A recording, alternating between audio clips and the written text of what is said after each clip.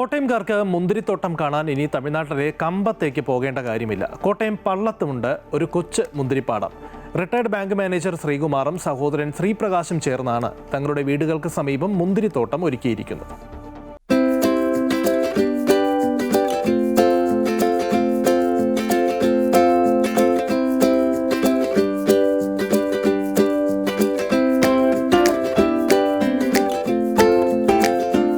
ഏഴ് സെന്റ് ഭൂമിയിൽ നിറയെ കായ്കളുമായി പടർന്ന് പന്തലിച്ചിരിക്കുകയാണ് സഹോദരങ്ങളായ ശ്രീകുമാറിൻ്റെയും ശ്രീപ്രകാശിൻ്റെയും മുന്തിരി കൃഷി.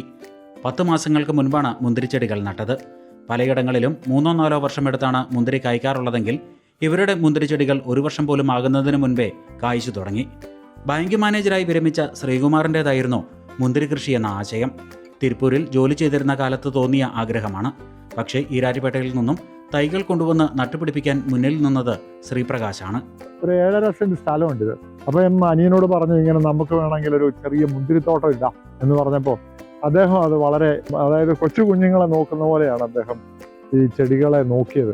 കോട്ടയത്തെ പൊള്ളുന്ന ചൂട് തന്നെയാണ് മുന്തിരി കൃഷിക്ക് അനുഗ്രഹമായത്. മുന്തിരിക്ക് ഏറ്റവും ആവശ്യം ചൂടാണ്. എന്നാൽ വേരുകൾക്ക് ആവശ്യം പോലെ വെള്ളവും തണുപ്പും വേണം.